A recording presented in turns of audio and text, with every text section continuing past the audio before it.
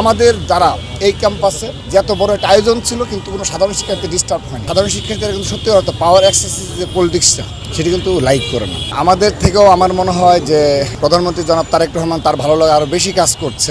বিশেষ করে তিনি সিনেট ভবন থেকে হেঁটে পরবর্তী অনুষ্ঠানে যোগদান করেছেন। তো আসার সময় যেভাবে ছাত্রদলের নেতাকর্মী সমর্থক উপস্থিত ছিল, তদ্রূপ সাধারণ শিক্ষার্থীদের বিপুল অংশ তাকে দেখার জন্য এবং তার সাথে শুভেচ্ছা বিনিময়ের জন্য আন্তরিকভাবেই উপস্থিত ছিল। এখানে যে আজকের যে আমাদের তার প্রথম আগমনে আমার দৃষ্টিতে যে বিষয় ধরা পড়েছে, সাধারণ শিক্ষার্থীরা কিন্তু সত্যি অর্থ পাওয়ার অ্যাক্সেস যে পলিটিক্সটা সেটি কিন্তু লাইক করে না। সে কারণে আমরা কিন্তু গতকালই সিদ্ধান্ত নিয়েছি যে আগের মতো গণধারার যে শোডাউন দিয়ে স্লোগান মিছিল এগুলো ক্যাম্পাসে হতে দেওয়া যাবে না।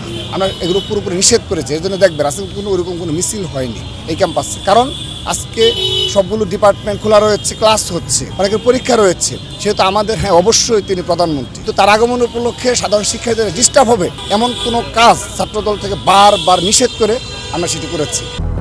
200-র বেশি সার্ভিস ও ফিচারে লেনদেনের সব বিকাশ অ্যাপে সম্ভব।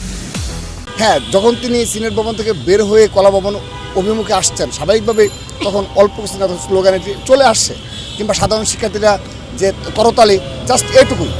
ছাড়া আমাদের দ্বারা এই ক্যাম্পাসে যে এত বড় একটা আয়োজন ছিল কিন্তু কোনো সাধারণ শিক্ষার্থী ডিস্টার্ব হয়নি। আমরা এইভাবে চেষ্টা করছি যে নিয়ন্ত্রণমূলক যে ছাত্র রাজনীতি যেন প্রচলিত থাকে, এবং আমরা তো দীর্ঘদিন দায়িত্ব পালন করছি। পরবর্তী ছাত্রদল আরও বেশি পরিশুদ্ধভাবে সাধারণ শিক্ষার্থীদের জনপ্রিয় সংগঠন হিসাবে কাজ করে যাবে।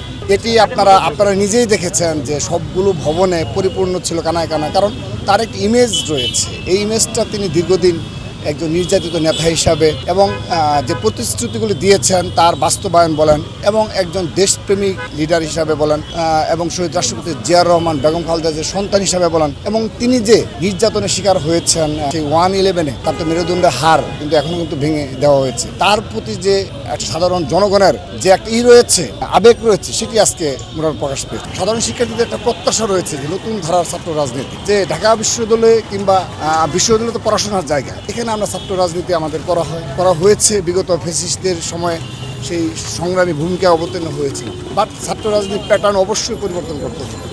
সেই প্যাটার্ন পরিবর্তনের পর্যায়ে আমরা রয়েছি। আমরা 2 বছরে সেটা প্রমাণ দিয়েছি। আগামীতে আমাদের অনুজরা পরবর্তী যারা ছাত্রদলের নেতৃত্বে আসবে, ঢাকা বিশ্ববিদ্যালয়ের নেতৃত্বে আসবে, সেই অনুজরা আরও বেশি পরিশুদ্ধভাবে ছাত্র রাজনীতিকে সাধারণ শিক্ষার্থীদের নিকট ছাত্রদের তুলে ধরবে ইনশাআল্লাহ।